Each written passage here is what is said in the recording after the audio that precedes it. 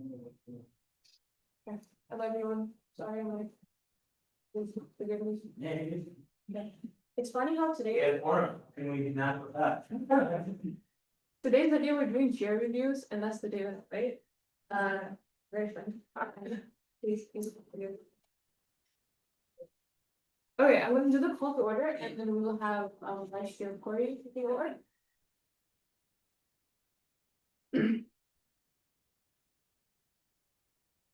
All right, I'll have Vice Chair, sorry, I'll do the call to order and then I'll have Vice Chair Corey take over as our acting chair today. So okay, I now call this October 10th, 2025 meeting to order. We'll start with the land acknowledgement. We acknowledge that the Students' Union operates on the traditional territory of the Anishinaabe, Haudenosaunee, and the Neutral Peoples. This land is part of the Haldeman Tract, which was promised to the Six Nations, and we recognize the enduring presence of Indigenous peoples on this territory. For regrets, I've received regrets from Director Rutherford, Bilodeau, and Zhao, who will be writing their economics exam. So I'll wish them the best of luck. And we have one absent today, Director Di Lolo. And are there any conflicts of interest to declare today? No? Okay. Then I'll be handing over the reins to Acting Chair Ferguson today. There we go. All right, we'll move forward to the adoption of the agenda. Can I get a motion that the Board of Directors adopt the agenda as presented? Motioned by Director Anas, seconded by Chair Havidan-Michael. Any discussion on the matter? All right, all those opposed? All those abstaining? All those in favor? Director Ward. Director Adam Ward. Director Adam Ward. There we go. Vote passes 0-0 to 8. And for the meeting minutes approval, can I get a motion that the Board of Directors approve the September 26th meeting minutes?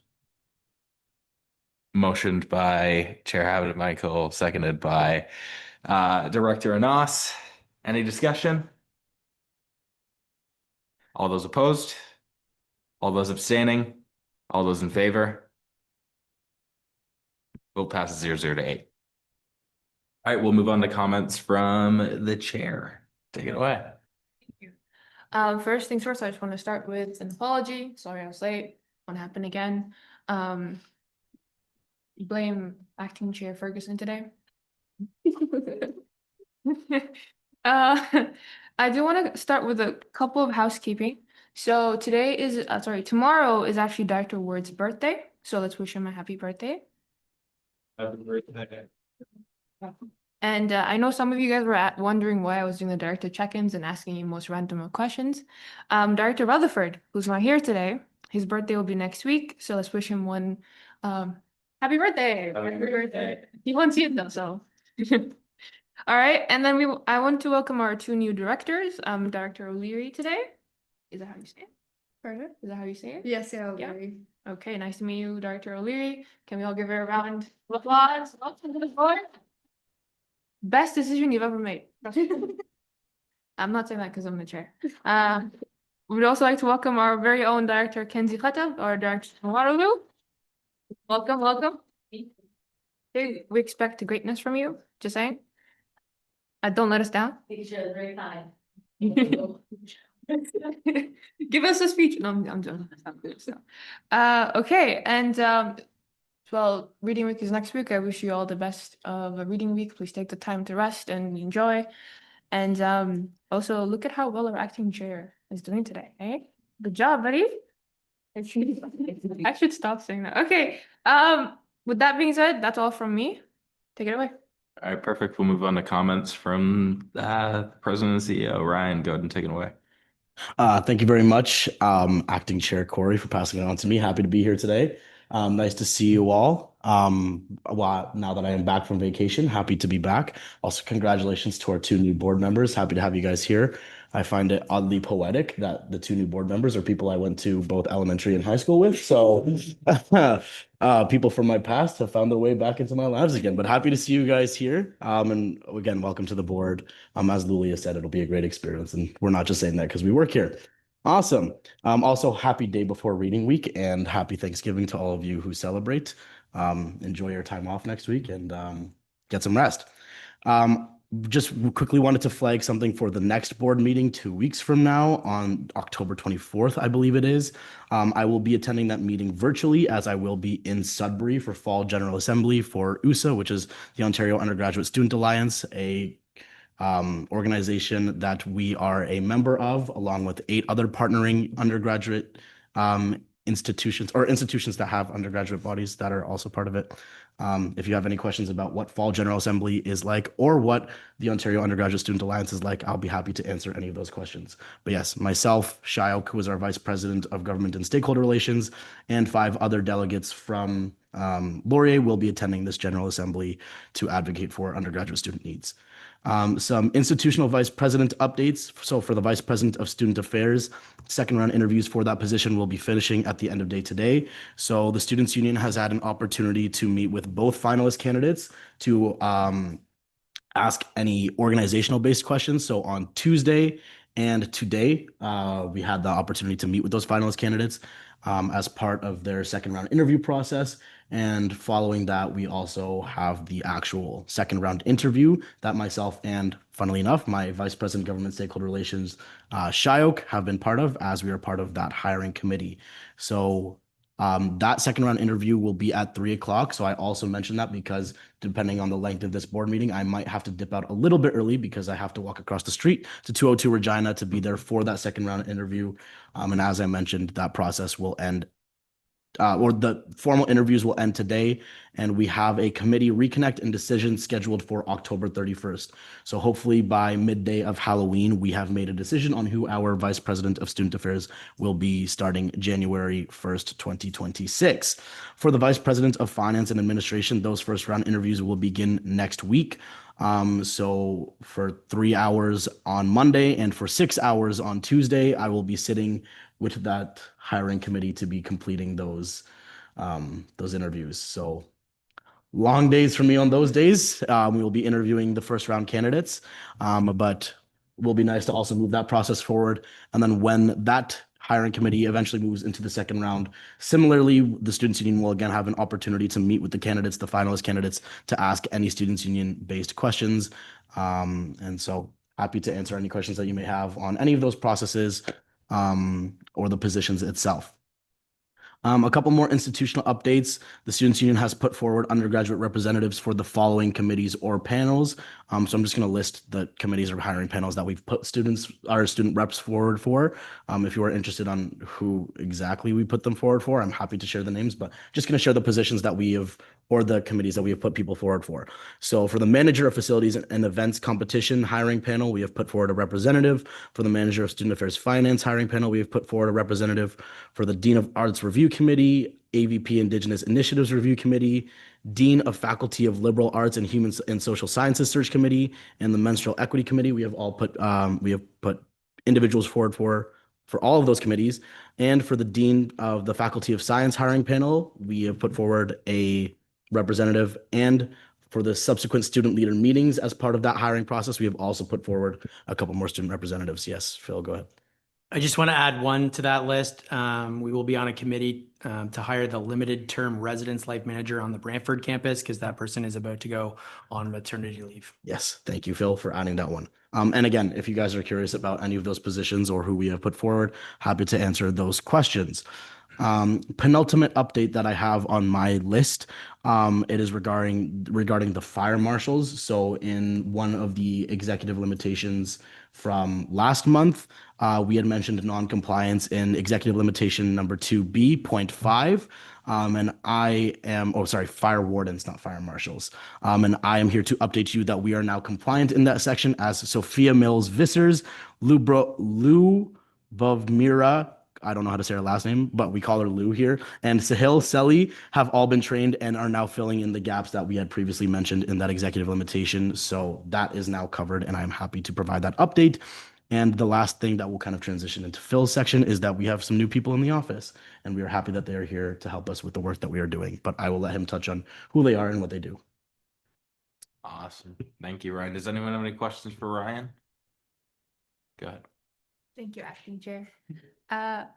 So I think like going back to your other comment about the USA, are there any motions you guys will be pushing, or like what's the sort of you're going for? Like what are you guys pushing for at the USA, or what are you hoping to get out of that, especially for the union? Great question. So what General Assembly serves is an opportunity for delegates from those partnered institutions to make amendments to and push forward policy papers that USA has. So all of USA's advocacy work is done on a policy library that they have. And for each General Assembly, there is a specific policy paper based on an advocacy priority that authors write on. And that's what we make amendments to and vote whether or not we want to bring that forward to use for any advocacy efforts for USA. So the papers that we are making amendments to and voting on at this General Assembly are a mature students paper, an indigenous students paper, and an accountability and system vision paper. So those are the three main priorities that we will be focusing on at this General Assembly. So do we have any other questions for Ryan before we move on? Also, really quickly to that USA point. So Shayok, who is our Vice President of Government and Stakeholder Relations, is the president of USA this year. So if you have any USA questions throughout the year or want to learn a little bit more about USA, I'm happy to invite him to one of these board meetings where he can share a little bit more about what it is that USA does. Perfect. Thank you for that again, Ryan. Any other questions, comments, concerns? Compliments? All right. Well, thanks, Ryan. Appreciate it. We'll move on to comments from Executive Director and COO Bill Champagne. Go ahead. Yep, definitely just opened up the wrong Microsoft product. Please hold. All right. Following up on what Ryan said, I want to welcome to the Students Union full-time staff team, the Programming and Events Manager, Sophia Mills-Vissers. She's in the process of finishing her second full week here with the Students Union. She comes to us from the Fanshawe Students Union. She was a student leader with Fanshawe College. She's also a graduate of the University of Guelph. And she's so far making great strides in building kind of trust and bonds with the programming and services VPs, being Maria and Satchpreet. So far, so good. I'd also like to welcome our marketing content creator, Yasmin Sykes. She helped some of you get your headshots a few moments ago, and she'll come get the rest of you in due time, I'm sure. She's been here for a whopping 4.5 days, but we're very excited for her to be here. And she comes to us through a winding road, but ultimately she comes from the community of Windsor. She did spend some time in Australia as a professional basketball player, and no, she's not as tall as you think that would make her, which was a little disappointing for me, but that's okay. We are very excited to have her as part of our marketing team and bring that team to a complete whole. I'd also, this is preemptively, but we will be welcoming back the Director of Marketing Communications towards the end of December or beginning of end of November, beginning of December. That'll be Megan Lecourcier. And so we will be having a full marketing team ready to go for the winter term, which is very exciting, with a high priority at that time being VP hiring, presidential elections, and board elections. So should be fun. Just a quick HR update. We have our guest services manager with the hospitality team, Sam Anhorn, will be going on maternity leave. Her last day at work is Saturday, October the 18th. And she will be gone for 14 months, and she'll be back in January of 2027. We obviously congratulate her on the addition to her family and look forward to seeing her back happy and healthy on the other side. Also on that note, our HR generalist, Elise Borman, will also be going on maternity leave, but she'll be going a little bit later. I believe her last day in office will be Friday, November the 21st, knock on wood. And we will be working with Kelly Lee and her team to figure out what transition plan is during the coverage of that maternity leave. Also adding on to an update from Ryan is the VP Academic has officially gone on sabbatical while maintaining some of her VP Academic duties. So she'll be still overseeing some of the budget process as well as the Freedom of Expression Task Force. But the rest of her responsibilities will largely fall on the interim provost, Trish McLaren. Trish McLaren is a very active partner with the Students' Union through the Comprehensive Student Services Agreement Committee. So we look forward to continuing to build that relationship. We'll get into this conversation in camera, but the air handling project seems to be coming to a conclusion in terms of the drama part of it. So hopefully that work will start in April of 2026. And this building, the Fred Nichols Campus Center, will be up to snuff and up to code after that project is finished. We had an operational conversation with several university partners about the future of bar service at the stadium.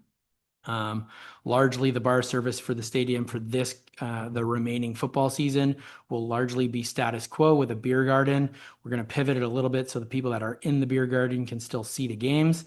And then we are working within the partnership of the university to change the nature of the license for that the university holds to include potentially a stadium service, which would allow us to serve stadium wide and allow you to come and grab a beverage and go back to your seat. It's a long-standing goal of the Students' Union to kind of improve the customer service with that. But the way that the license is set up now, we have to maintain some version of the status quo while hoping to grow the service into years forward. We also met with senior leaders at the university who are preparing to do a request for proposal due to an unsolicited bid being received by Aramark for the food services contract at the university.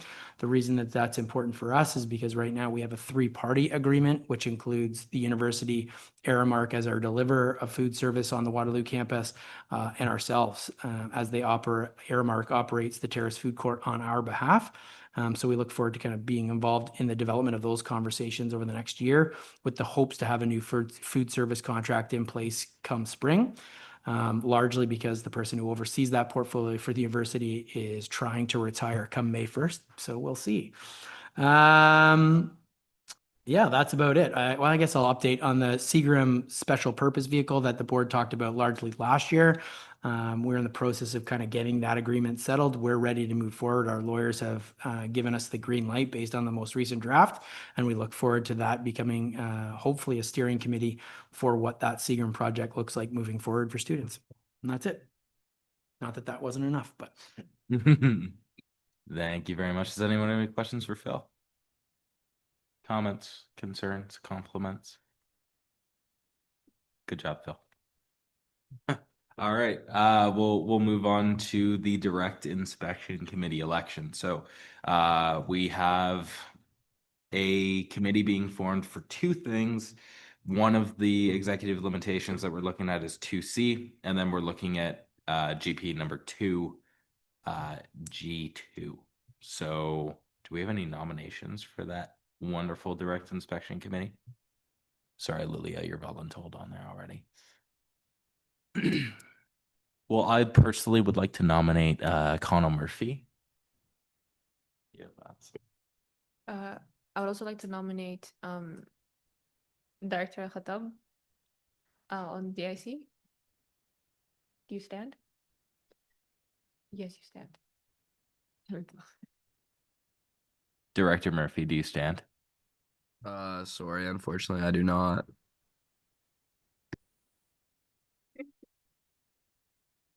Perfect. How many do we need? Just three. 3. So perfect. 1, 2, 3. Awesome. All right. Well, you stand, yeah. I'm assuming so. So just you 3, right? Yes. All right. So can I get a motion that the board of directors elect to the direct inspection committee Director Khatab, Director Anas, and Chair Habib Michael? Motion by Chair Habib Michael, seconded by Director Khatab. Any discussion on the matter? All those opposed? All those abstaining? And all those in favor? Motion passes 0-0 to 8. All right, perfect. Thank you. Just so, sorry. Yeah. Just so we can set up a time to meet. Is Fridays at around this time available for both of you? Finance one. No, it's not. Okay, perfect. I'll send you guys an email shortly with our meeting time. And Director O'Leary, Next one is you. Wonderful, wonderful. All right, and I'll pass it on to Ian for the call for referendum questions. Yes, so every year in January, there are referendums considered. So the board of directors, as the students union, has the opportunity to sponsor questions. What we have to do ahead of the election period is to formalize a call for referendum questions. So governance process number 2J requires that a call for referendum questions go out 35 days in advance of collection. And then what the timeline for the process is that we make a call for referendum questions, we collect them. They first go to the non-tuition fee protocol committee to be vetted, and then they would come to the board of directors. So the way that timeline plays out for this year, we're asking questions to be submitted by November 19th at noon. So this is just a for information note that the website page with the call for referendum questions went live earlier this week. It'll be incorporated into our kind of standard marketing plans, and that timeline is now finalized for anyone who is interested in considering questions. Perfect. Thank you for that. Does anyone have any questions for DPRA Miller? Good. Thank you. I should have raised my hand. Will we be discussing elections policy in the next meeting? Ben? Yeah, well, the goal will be to have that for you for the 24th. Thank you. Yeah, okay. Any other questions, comments, concerns? Perfect. All right, we will move on to the spring and summer financial report. So I'll pass that on to, is it you, Phil, or is it So according to the agenda, it's me, but I am very quickly going to hand it off to the Director of Finance and Administration, Mr. Chris Turner. Amazing. Thank you, Phil. Ian, I don't know if we're able to share these results up on the screen or not. So what we like to do every year for the board is bring 4 sets of financials to you, one for each of the semesters, and then the audited results from the previous year. So the results we're looking at today are for the spring/summer semester, so May, June, July, and August. Our fiscal year runs from May 1st to August 31st. So this is the first 4 months of a 12-year period. So I've got 4 different documents, draft documents, I'll point out, because even though these are the numbers at this time, it invariably happens that some vendor comes forward with an invoice at some point and says, oh, we forgot to give this to you in July, so we'll have to add it in down the road somewhere. So these numbers are a little bit fluid. The first document that you see on the screen that Ian shared there is our schedule of revenues. So you'll see for the first 4 months, we have actual revenues of $682,000. We budgeted $653,000, so it's pretty well right on budget. The majority of the revenues, and we get very little revenues actually in the summer semester, are student fees that we collect for that semester, plus a little bit of food revenue and from WILFs that we incur or receive over the summertime. And that's mainly for catering, because the restaurant itself isn't open very much in the summertime. Belmont and Golden Grounds are closed in Brantford, so it's only WILFs. So that's first document, is the revenue. The next document is the statement of expenses for that same period in time. So you will see on this one that, keep going, Ian. It's the next one, I think. We'll have to go back to that one. No, very last one then. So these are our expenses for that same period of time. So as you recall, I just showed you a document that had about 680,000 or 650,000 in revenue for that period. Well, you'll see our expenses for the 4-month period are 2.5 million. We budgeted about 3.8 million. So the good news is that we are significantly under budget on our expenses, but we are in a deficit position after the first 4 months. And but that is normal. So every year for the first 4 months, because we have very little revenue coming in, but we still have a lot of expenses. We're buying all our materials and our procuring our entertainment for orientation week. We're still paying out salaries. We still have to pay for the heat and light for this building and the Brantford Student Center and for the janitorial work, buying capital equipment. So there's lots of money going out the door. There's just not a lot coming in. And as we progress into the fall term and the winter term, that's when we get significant influx of revenue. So that's when we move to a balanced and/or surplus position. So I don't want you to worry by the fact that we're in a deficit position after 4 months. That's normal. The expenses that you see before you are basically split amongst our programs. The largest one, and it's typically a very large one, is our health and dental program. So these would be all the claims that students put through on their our health and dental plan over the summer. And again, there's no premiums coming in for that. So those are our expenses. So Ian, if you can flip back to the statement of operations, which is the one before this one. Yes, this one. So this is where we bring our revenue and expenses together for the month. So as I said, we had revenues of 600. If you go down to the bottom there, you know, where you show the totals. Yeah. So we had revenues of 682,000. We had expenses of 2.55 million. So for the first 4 months, we're in a deficit position of $1.87 million. Before I came to this meeting, I looked back at last year. At this point in time last year, we were at similar position. We were at $1.9 million, $99 million deficit after the 4 months. So that's pretty good, actually, where we are, and nothing to be concerned about. The last document in the package is our statement of financial position, or what some people call the balance sheet. So what this shows is our assets and our liabilities. So I want to point out, even though we, as I just said, we're in a deficit of $1.8 million over the summertime, you can see there our cash position is very strong. So we're able to cover our deficit by the cash that we have in the bank. So we're still able to make all our payments to vendors. We're still able to make our payroll obligations.